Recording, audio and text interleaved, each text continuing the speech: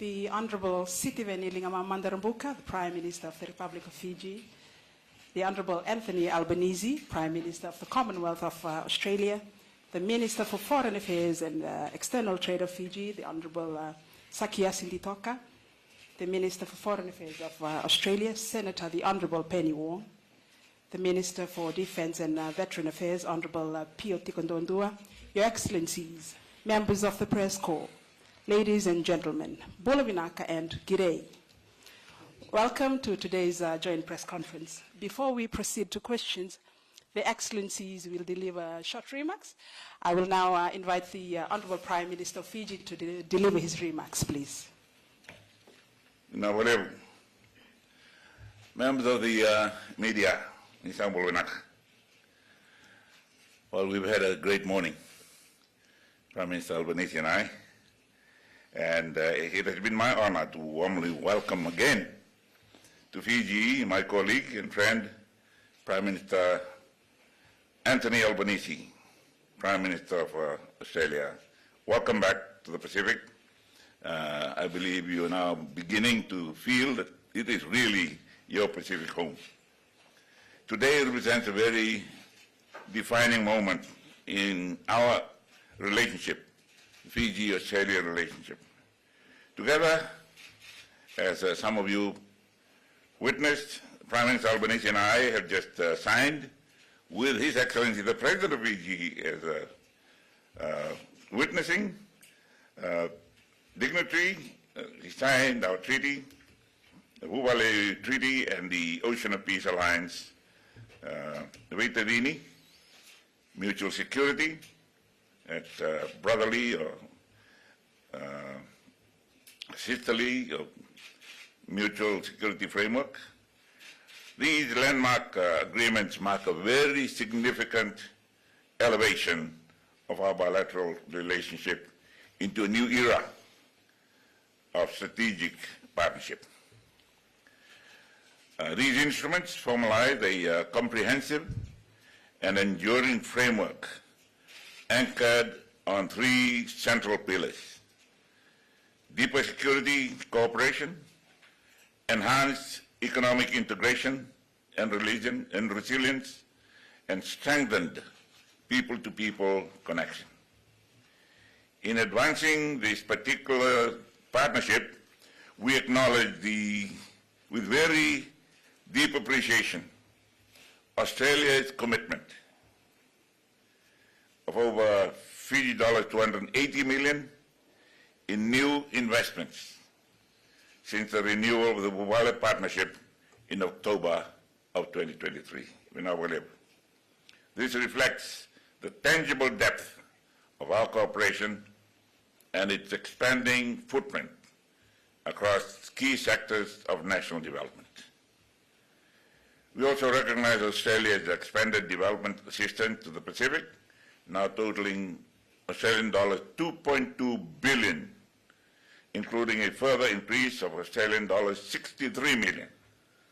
This is a clear affirmation of Australia's sustained commitment to the stability, resilience, and prosperity of the Blue Pacific region at a time of global uncertainty.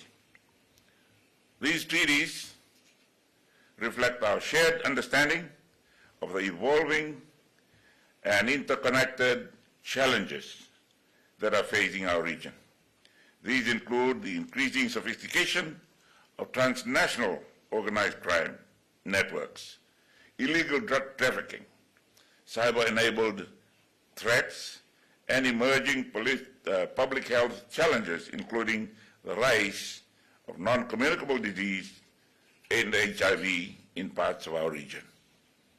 Importantly, they establish practical and forward-looking mechanisms for cooperation to strengthen prevention and enforcement, intelligence sharing, and regional resilience.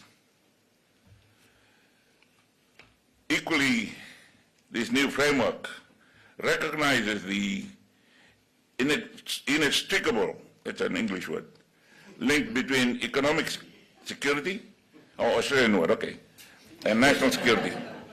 It provides a renewed emphasis on cooperation in areas critical to Fiji's long-term development, including circular labor mobility, transport and logistics systems, energy transition, digital transformation, cybersecurity, and the protection of very important, even critical infrastructure. These are not only development priorities, they are foundational in the resilience and sovereignty of our economies in an increasingly competitive global environment. These agreements, ladies and gentlemen of the media, are firmly grounded in the principles of mutual respect, sovereignty, and equality of partnership. They reaffirm Fiji and Australia as trusted partners, working together not only for bilateral benefits, but as contributors to a more stable, peaceful, and resilient Blue Pacific continent. In this regard, I commend Prime Minister Albanese for Australia's continued support and leadership, and the leaders' appeal for global peace. I thank him very much, being one of the first to come up and support Fiji's call and the Pacific call for an understanding of the Pacific Ocean of Peace, and continuing that and spreading it on, calling other leaders to appeal for global peace. The Pacific must continue to assert its role as a principled voice for dialogue, diplomacy, and respect for international law in an increasingly fragmented global order. But we're hopeful, we're still hopeful that it'll come together. Today's outcomes also give practical expression to our shared commitment to a rules-based international order and advance the Pacific-led vision of an ocean of peace. This is a vision that places the Pacific not at the periphery of global affairs, but at the center of shaping norms of cooperation, peace, and collective security. Don't normally, the Fijian media don't normally get these long statements from me, but bear with me. Climate change remains a defining challenge for our time. For Fiji and the wider Pacific, it's not a future risk, but a lived and daily reality. I therefore express sincere appreciation to Prime Minister Albanese and the people of Australia and the government of Australia for your leadership, particularly as Prime Minister, in ensuring strong Pacific participation in the COP31 process, and for your support in the joint hosting of the pre-COP meeting in Nadi and Tuvalu in October of this year. These are very important steps towards strengthening global ambition and ensuring climate justice for vulnerable states, particularly those island states of the Pacific. Prime Minister Albanese, I thank you for your leadership, your partnership, and your commitment to advancing these historic agreements. Fiji remains fully committed to working with Australia to implement the Vuvala Union Treaty and the Ocean of Peace Alliance in a manner that delivers real, measurable outcomes for all our peoples. Together we are not only strengthening bilateral ties, strengthening bilateral ties, we are helping to shape a more peaceful, resilient, and cooperative future for our region and beyond. We now will have, ladies and gentlemen of the press corps, of the media, I'm pleased to invite Prime Minister Albanese to address you. And don't ask me any questions after.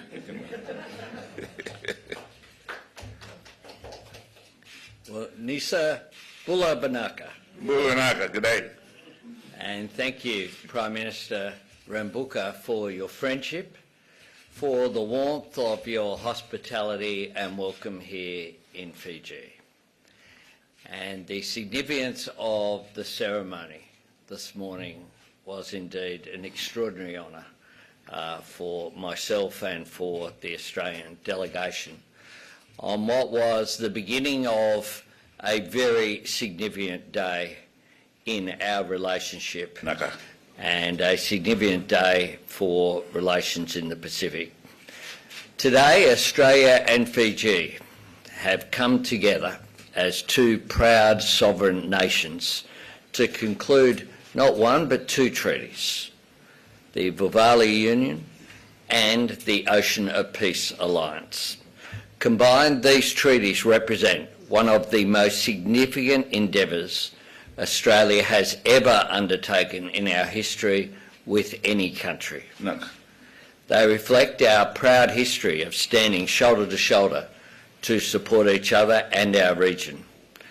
We can achieve this level of ambition because we are Vuvali, family, with a relationship grounded in loyalty, in understanding and mutual respect. And in a more uncertain world, we know that we're stronger when we stand together. Naka.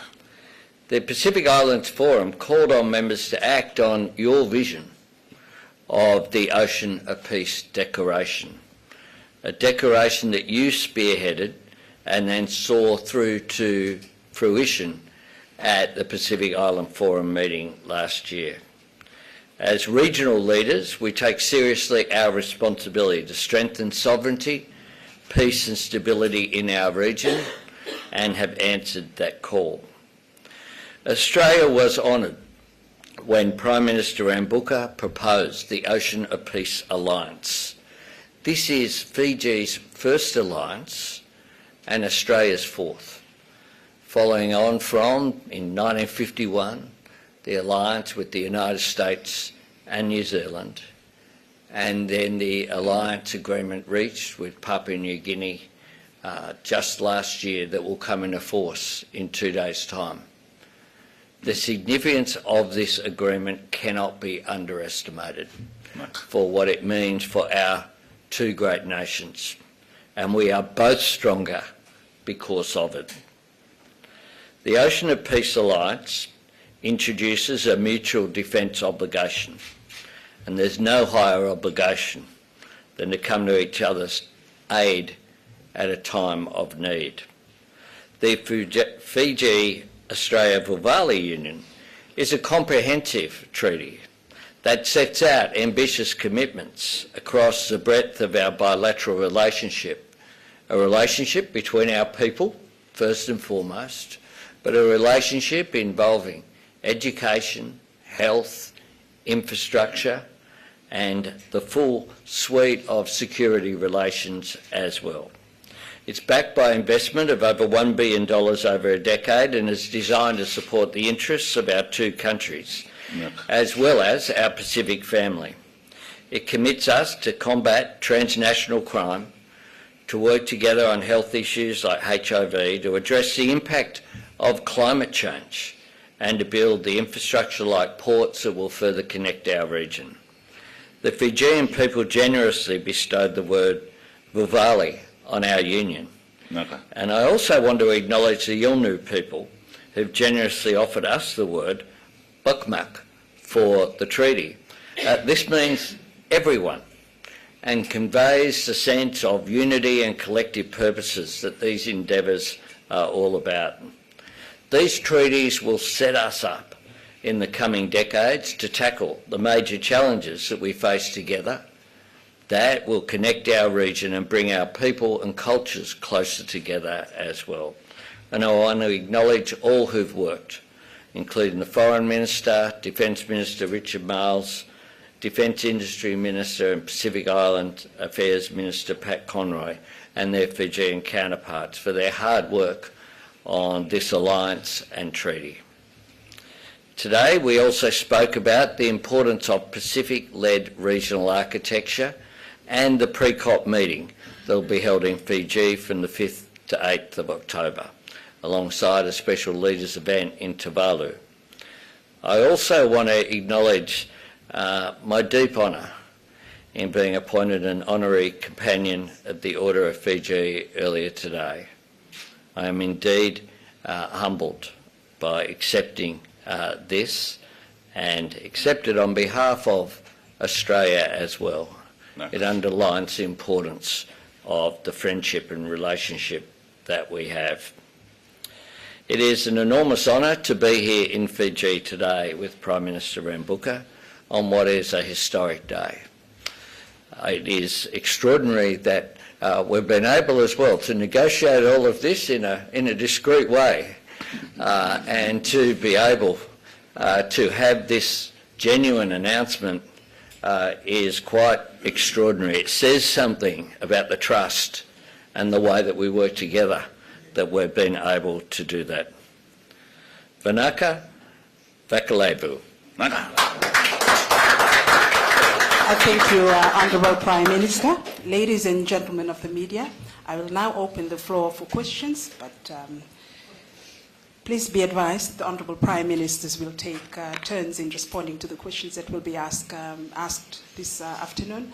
They will answer 3 questions each, and I respectfully ask Ms. Ivana Tara of the Fiji Sun to ask the first question, please. Vnavalevu, congratulations to the both Prime Ministers for the agreement today. Oh, you. My question is to Prime Minister Rambuka. How will you ensure the long-term protection of Fiji's sovereignty under this alliance? And Prime Minister Albanese, comments have been made that Australia is only pushing for its agenda given China's rising influence in the region. What is your comment on that? Finak. The first one was to me?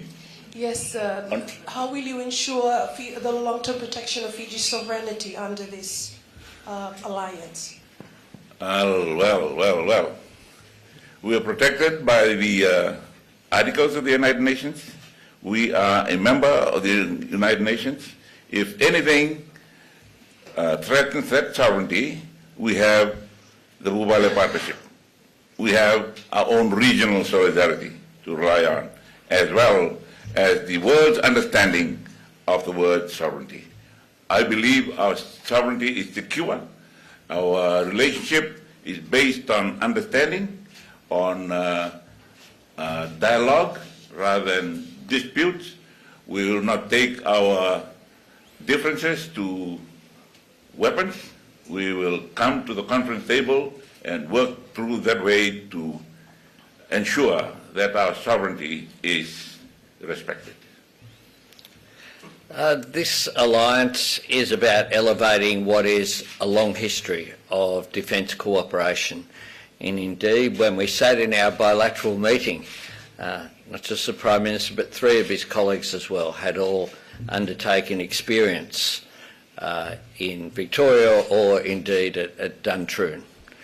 And so this is, as well, builds on the work that we've done over a long period of time, standing side by side in peacekeeping missions. So this is about our relationship, but elevating it to the highest possible level of an alliance.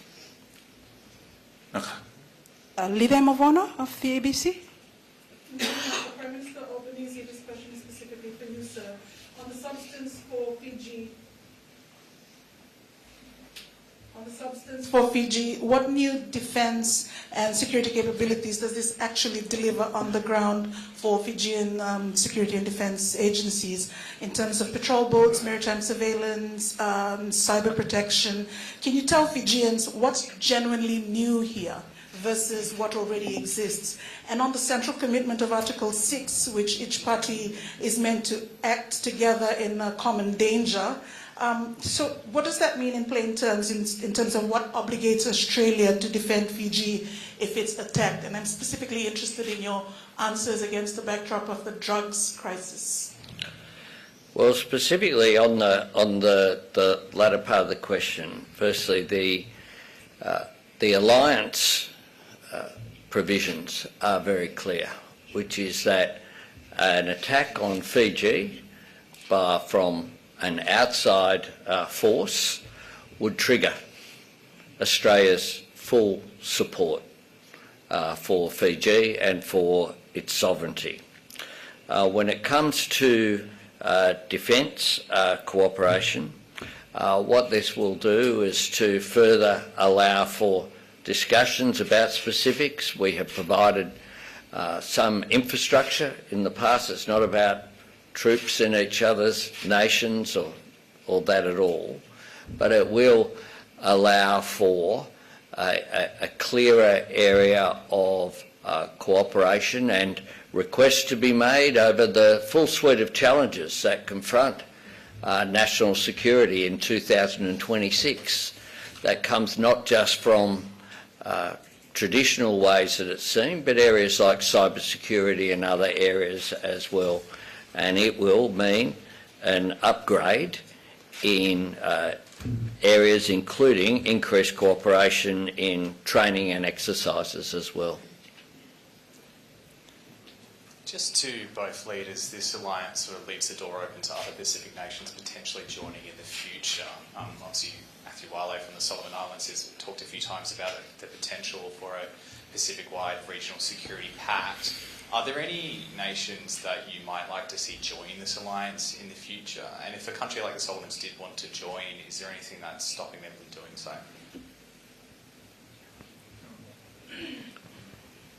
It's not a matter of wanting.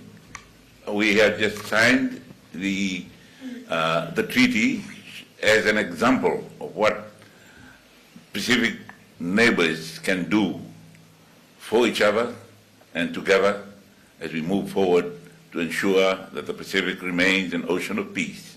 That we are prepared to come to everybody else's and anybody else's in the Pacific region assistance when they are threatened. And that is the real nature of this.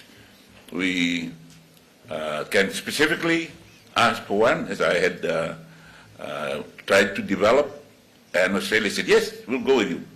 And I'm sure right now there are other Pacific leaders who are waiting to come in. The more, the stronger, the better. Yeah. We have said very clearly that when it comes to security issues, the Pacific family need to look after our own security. We've made that clear across the board, and the Bilvali Agreement is certainly a part of that, but we have said that we want to be as well the security partner of choice within our family. So that has a range of aspects, including the Pacific Policing Initiative that has been very successful.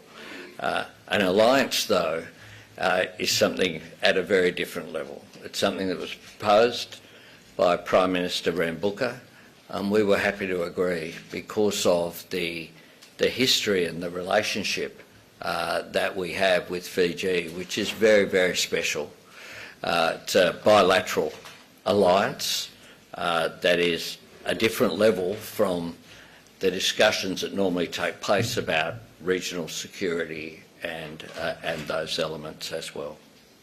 Those of you who were at the Fijian ceremonies this morning, those sponsoring the newspapers in the vernacular and news items in the vernacular, you might like to translate the words of the Meke. The introduction of the Sia when the performers sat with the group, talks about King George calling the colonies to war, and the chiefs encouraging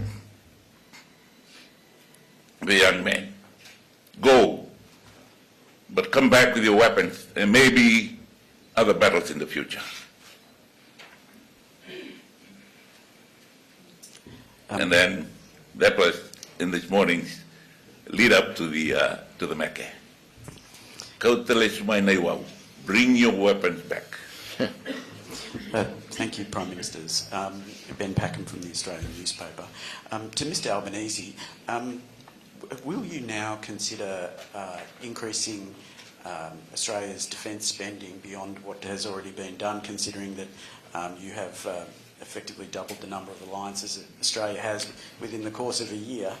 And Prime Minister Rambuka, has there been any discussion as part of these negotiations about Fijians serving in the Australian Defence Force, and would you welcome that? We've just had a budget, and that budget had an additional, from memory, if I think I'll get this right, $54 billion of additional spending.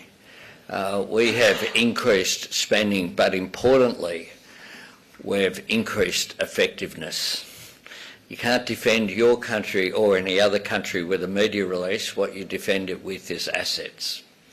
And that is what I think we have very effectively done. There's more to do.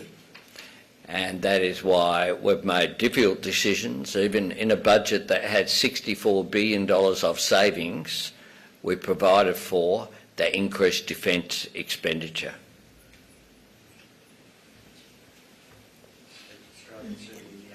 Oh, Australia is serving here?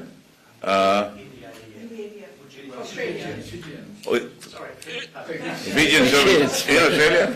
Well, you note that I had mentioned in one of the earlier news conferences, interoperability and our ability, our desire to get the forces and the personnel to be able to operate cooperatively with each other. And that is all part of being ready for whatever comes our way. Prime Minister Albanese mentioned the one they signed in the 1950s, and this one is a new one, the newest one, the only one for Fiji so far. And hopefully it will give us the strength, the moral courage to say to the world, we are here, we are ready, we will do our role, we will play our role to maintain security in the region. Hopefully it will spread to the rest. But if in the God forbidden instance where we are actually militarily threatened, we rely on the United Nations and our regional partners as well as our Commonwealth partners. So these agreements matter. And we are very, very appreciative of the allocation of funds from Australia. Here in Fiji, we don't see much of saving to give to somebody else. We save to keep others going. And when the budget came down last week, that was the reality of it. When you decide to look after others, your own people will have to sacrifice. Government civil servants have to sacrifice pay rises, leaving vacant some of the vacancies that are in the civil service, so that we can have more for the social expenditure for those less fortunate. So we thank Australian people. Sorry, may I clarify? I wasn't clear. Would you welcome Fijians serving in the Australian Defence Force, and is that part of the discussion? Of course. We have been training together, and you will probably recall that we have a unit training with your military establishments in Australia, and if they are to be deployed to other parts of Australia, we'll welcome that depending on government-to-government agreements. Please bear with us. We have two more questions from the floor. May I ask Jake Weiss of the Fiji Times to ask his question, please? Bulunaka Prime Ministers, given the timing, of this agreement, many would argue that the Beiwatini agreement, agreement, my bad, is a more stronger agreement compared to the Vuvale agreement. And Prime Minister Rambuka, as you rightfully said, this is a reflection of what two Pacific nations can do for each other. My question is around visa here, between Fiji and Australia. Mr. Prime Minister, members of your government have constantly advocated, for easier movement across the Pacific. So I'm curious to know whether or not you would seek any commitment from Australia in this regard. And Mr. Albanese, would Australia ever consider a visa-free short-stay travel for Fijians? Well, what the Vivali Agreement provides for is for an increase in the period of stay for Fijians coming to Australia so that it is equal with the treatment of Australians coming to Fiji. That's part of the agreement. We have the final question, please.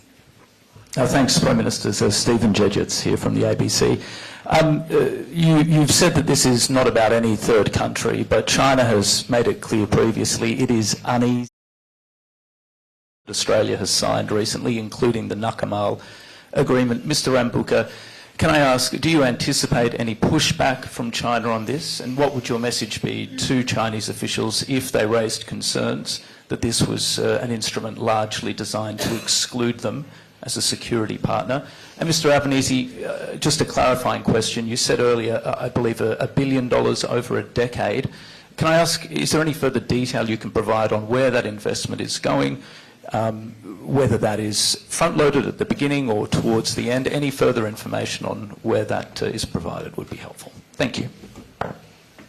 It's provided for in our budget.